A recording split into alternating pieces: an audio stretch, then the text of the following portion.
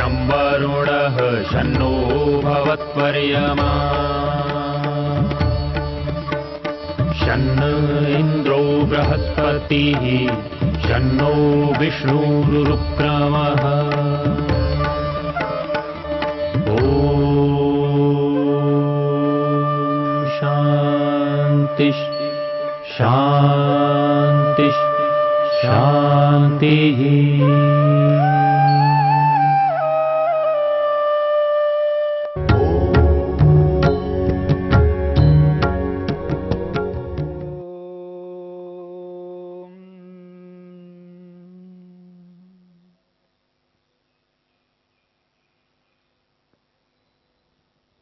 असंप्रज्ञात समाधि को लेकर के हम विचार कर रहे हैं। हमने विचार किया है संस्कार शेषः। असंप्रज्ञात समाधि की स्थिति में संस्कार शेष वाला मन होता है, यानी मन में संस्कारों की विद्यमानता होती है। संस्कार यहां पर दो प्रकार के होते हैं।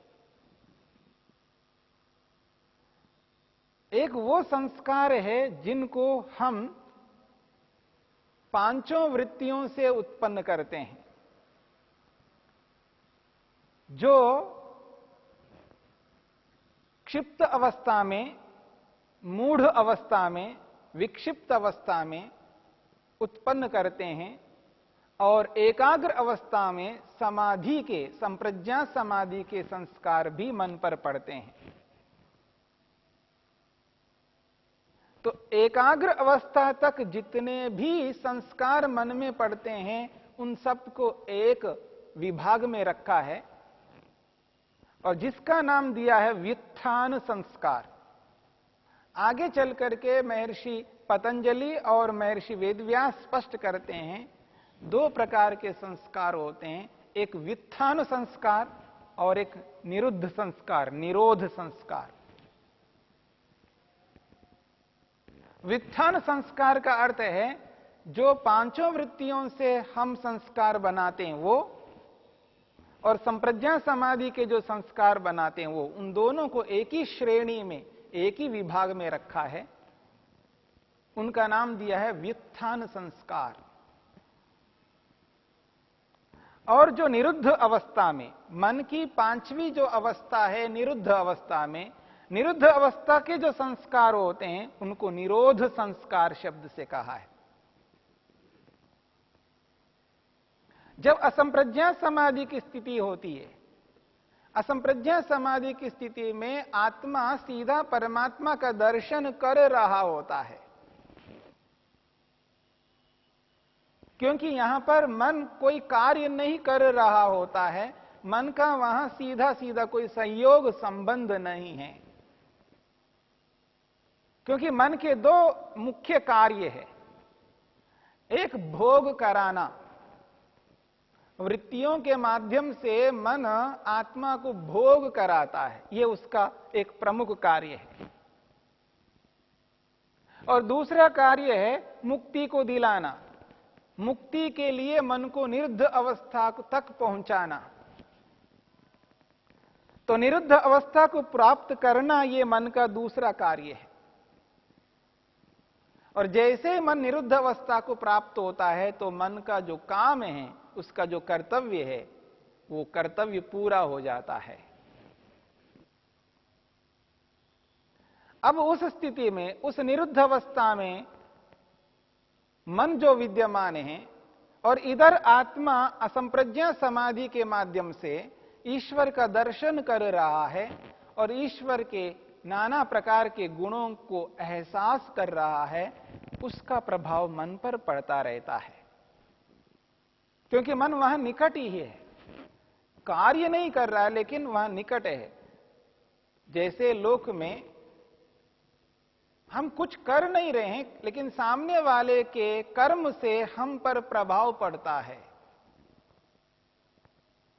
किसी ने क्रोध किया, गुस्सा किया है, तो उसका प्रभाव हम पर पड़ता है। हम उसके निकट हैं, उनको देख रहे हैं, उनके समीप हैं, ठीक इसी प्रकार से मन के समीप आत्मा है, आत्मा के समीप मन है, तो निरुद्ध संस्कार या निरोध अवस्था के संस्कार मन पर पड़ते रहते हैं। तो निरोध संस्कार भी मन में रहते हैं। अब ये निरोध संस्कार चाहे वो आनंद के हैं, बल के हैं, ईश्वर के सामर्थ्य के हैं, ईश्वर की रक्षा के हैं, ईश्वर की दया के हैं, अलग अलग संस्कार मन में रहेंगे, उनका प्रभाव के रूप में मन पर रहता है। अब वो निरुद्ध संस्कार, निरोध संस्कार व्युत्थान संस्कारों को रोके रखते हैं। निरुद्ध अवस्था के जितने भी संस्कार ईश्वर से संबंधित होंगे, वो संस्कार इन व्युत्थान संस्कारों को, संप्रज्ञा समाधि तक के जितने भी संस्कार है, उन संस्कारों को व्युत्थान संस्कार कहते हैं, उन संस्कारों को रोके रखते हैं। जब तक असंप्रज्ञा समाधि है और इस असंप्रज्ञा समाधि के जितने भी निरुद्ध संस्कार है, वो संस्कार पहले वाले संस्कारों को रोके रखते हैं। ऐसी जो स्थिति है, ऐसी स्थिति में आत्मा परमात्मा का दर्शन कर रहा है, और वो जो दर्शन है वो आलंबन से नहीं है, मन के सहारे से नहीं है। इसलिए महर्षि वेदव्यास स्पष्ट कहते हैं, सालंबनो ही अभ्यासः, सालंबनो ही अभ्यासः तत्साधनाय न कल्पते। सालंबनो ही अभ्यासः, सालंबना ही अभ्यासः, सालंबनो ही अभ्यासः तत्साधनाय न कल्पते।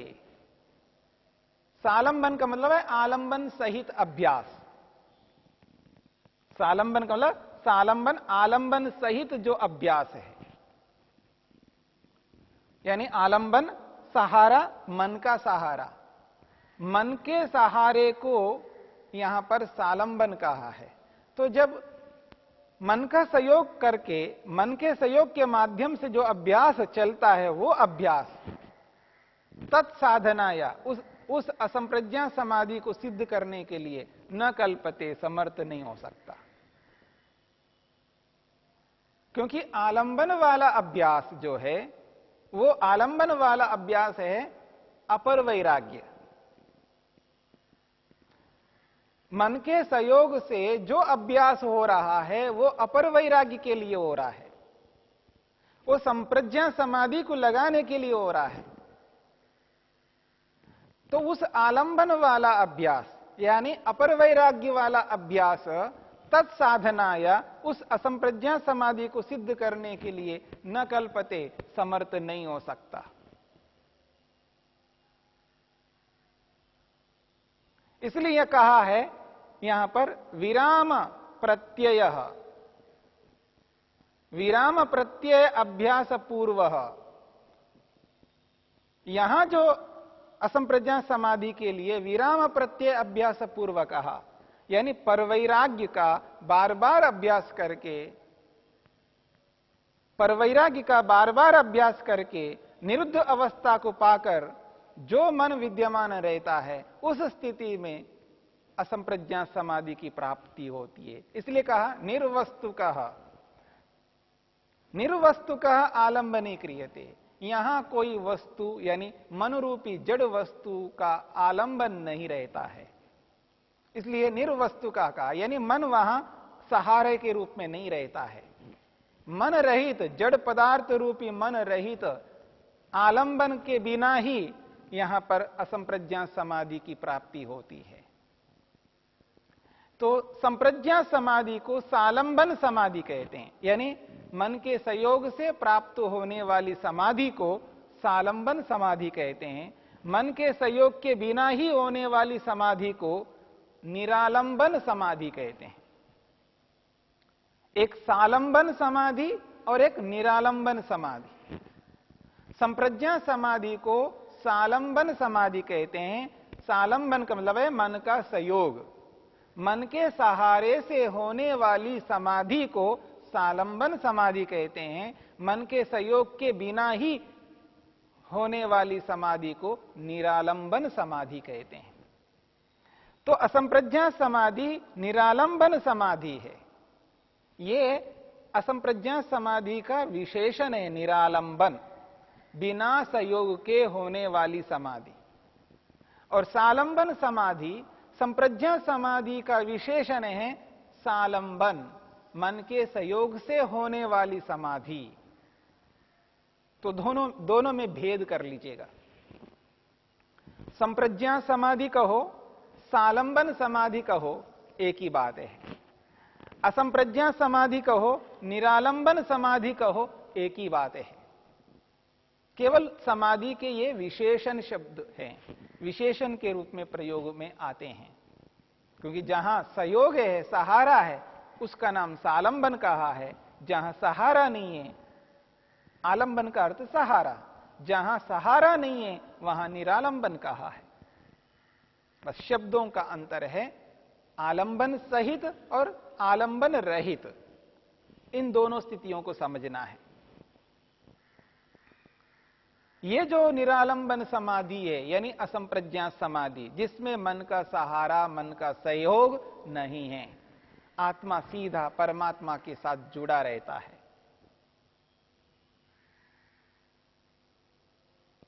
इसलिए महर्षि वेदव्यास ने स्पष्ट किया है, यहां पर यद्यपि मन वहां पर विद्यमान है, अभाव प्राप्तम इव कहा है।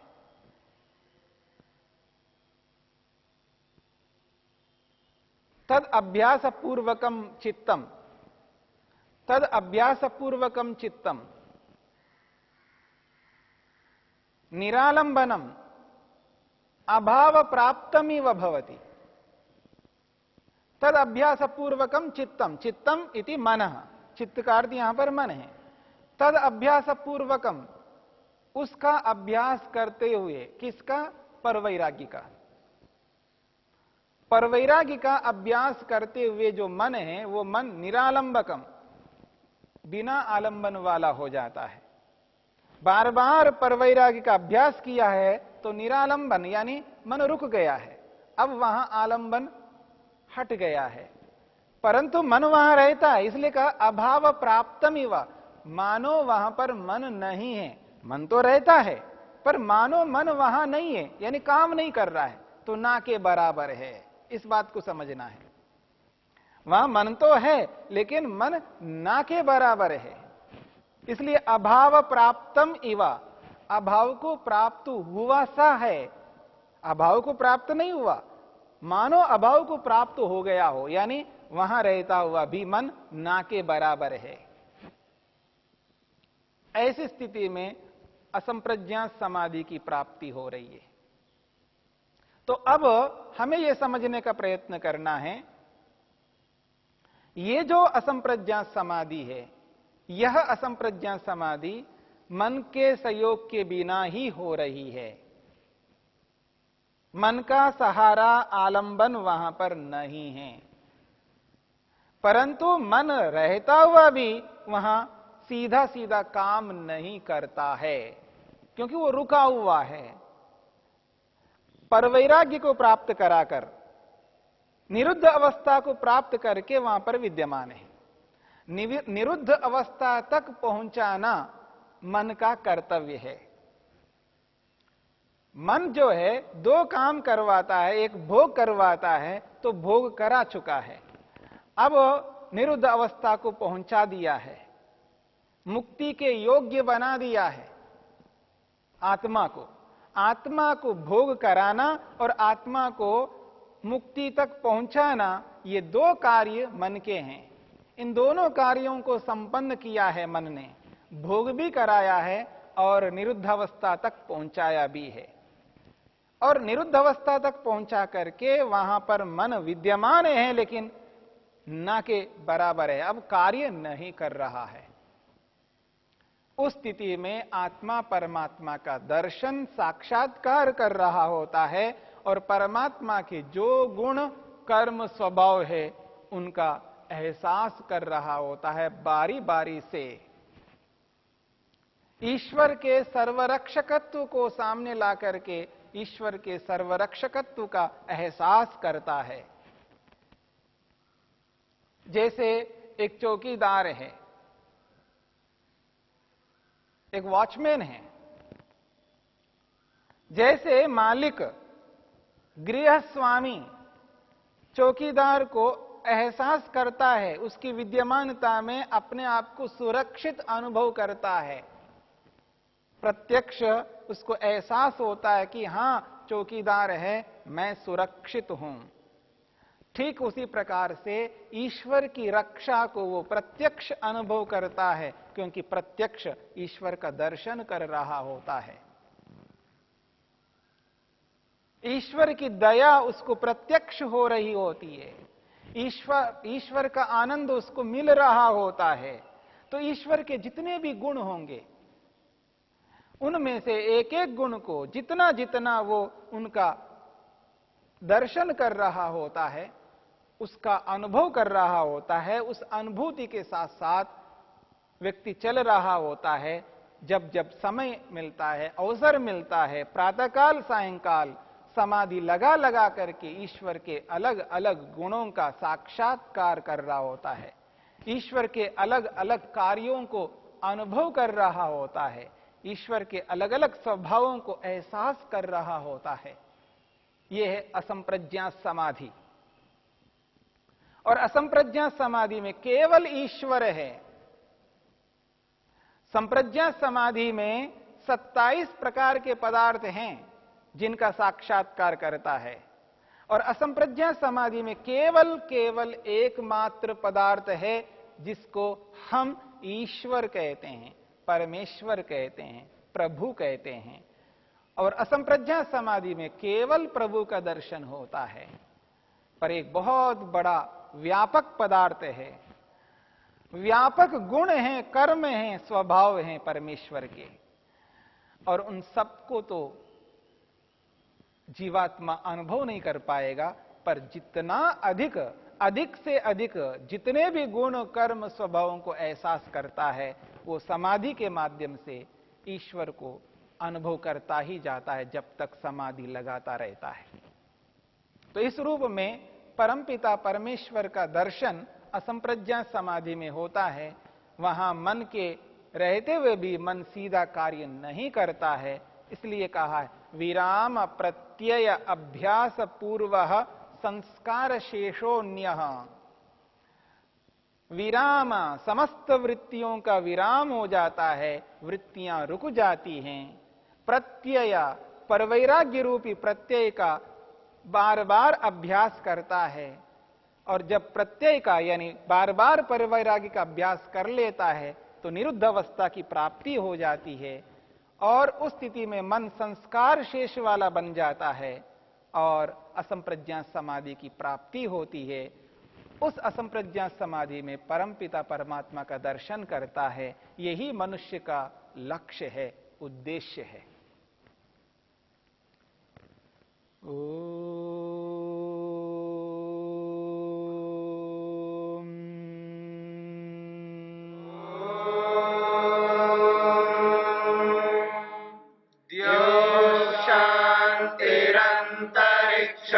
शांति पृथ्वी शांतिरापः शांतिरोषधयः शांतिः वनस्पतयः शांतिर्विश्वे देवा शांतिर्ब्रह्म शांति सर्वं शांति शांतिरेव शांति शांति